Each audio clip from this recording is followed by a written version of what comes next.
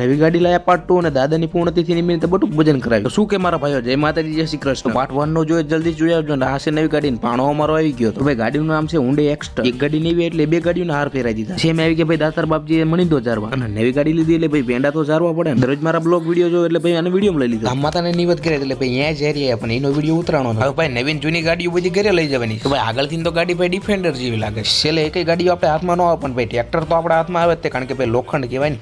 શાબાશ બેટા.